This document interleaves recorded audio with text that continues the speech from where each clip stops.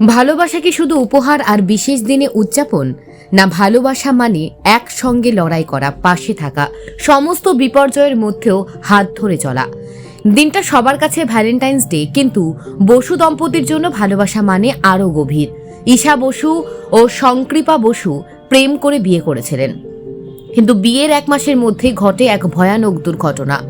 সংকৃপার এক পা কেটে বাদ দিতে হয়। পরিবারের কাছে তারা বোঝা হয়ে গেলে শ্বশুর শাশুড়ি ছেড়ে চলে যান, কিন্তু ঈশা স্বামীর পাশে থাকবেন এই সংকল্প নিয়ে লড়াই শুরু করেন। সংসার চালাতে তিনি গৃহশিক্ষকতার কাজ নেন। আর সংকৃপা প্রতিবন্ধী হয়েও ঘরে বসে থাকেননি, নিজের রিক্সা নিয়ে কুরিয়ার ডেলিভারি শুরু করেন। এই দম্পতির স্বপ্ন একদিন সমস্ত বাধা পেরিয়ে সুখের দিন আসবেই। আজকের দিনে তারা প্রমাণ করলেন ভালোবাসা মানে শুধু রঙিন উপহার নয়, বরং একসঙ্গে সমস্ত ঝড় সামলে বেঁচে থাকার নাম। সুদীপ বিশ্বাসের report, news prime times. Sankripa Basu. তোমাদের দুজনে কিভাবে আলাপ হয়েছিল? কোথায়? স্কুল লাইফ থেকে। কোন ক্লাস থেকে? ক্লাস 10-এ পড়তাম দুজনে। তারপর থেকে ক্লাস ওই কথা, একে অপরের সাথে কথা, তারপর আস্তে আস্তে ভালোবাসা।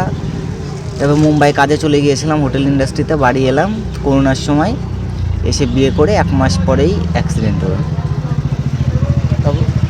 অ্যাক্সিডেন্ট করার পর এই যে গত 5 বছর ধরে বিছানায় পড়ে আছি। এখন তো অনেকটা সুস্থ সবল, আগে খুব খারাপ অবস্থা ছিল। তখন থেকেই মানে কোনো মতে সংসার জীবন চালাচ্ছি দুজনে। আর আগে তো আমি কোনো কাজ বাজ কিছুই করতে পারতাম না, সবই করতাম আমার ওয়াইফ। আর ও টোটালি মানে আমাকে দেখে টেকে রাখতো, ওই রাখতো পুরো সমস্ত কাজ আমার। এখন যাই হোক, এই ছোটো গাড়িটার জন্য একটু কাজ বাজ করতে পারছি, এই অনলাইনের মাল ডেলিভারি করি, যাই হোক দিন চলে যাচ্ছে। তোমাদের সংসার ঠিক আছে? আমাদের সংসার আমি আর আমার ওয়াইফ। আর তোমার মা বাবা ভাই দাদা? মা বাবা ভাই দাদা ওরা সবাই আলাদা, নিজের মতো নিজে। তোমাদের নিজস্ব কোনো বাড়ি ঘর নেই? না না, আমি ভাড়া বাড়ি থাকি। তোমার মা বাবা কোথায় থাকে? মা বাবা থাকে হলো ওনাদের মতো আলাদা থাকে। খোঁজ খবর নেয় মা বাবা? না, খোঁজখবর, কথা সাক্ষাৎ নেই কারোর সাথে কারোর কথা সাক্ষাৎ নেই। দেখতেও আসে না তোমার এই অবস্থা পরিস্থিতিতে? না না না। তোমরা দুজনে কি কি কাজকর্ম করো? আমি অনলাইনে মাল ডেলিভারি করি, আর ও তোমার টিউশনি পড়ায়। ওদের সংসার চলে? কোনো মতে চলে যাচ্ছে। কি স্বপ্ন রয়েছে ভবিষ্যতে? স্বপ্ন আছে অনেক, কিন্তু কতটা পূরণ করতে পারবো জানি না। সবার প্রথমত স্বপ্ন যে একটা ভাড়া বাড়ি থেকে নিজেদের বাড়ি একটা করার। তো এখন চিকিৎসা করতে হচ্ছে তো? চিকিৎসা সবসময় টুকটাক করতেই হয়। এখন ওই ফিজিওথেরাপি ওয়াইফ করিয়ে দেয়, আর বাদবাকি মেডিসিন যা লাগে সেগুলো দোকান থেকে নিই।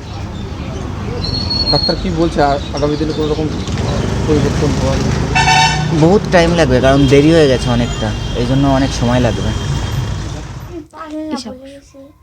আচ্ছা, আপনার স্বামী কবে দুর্ঘটনা ঘটলো এবং কিভাবে ঘটলো এবং আপনাদের সাথে কিভাবে যোগাযোগ হলো?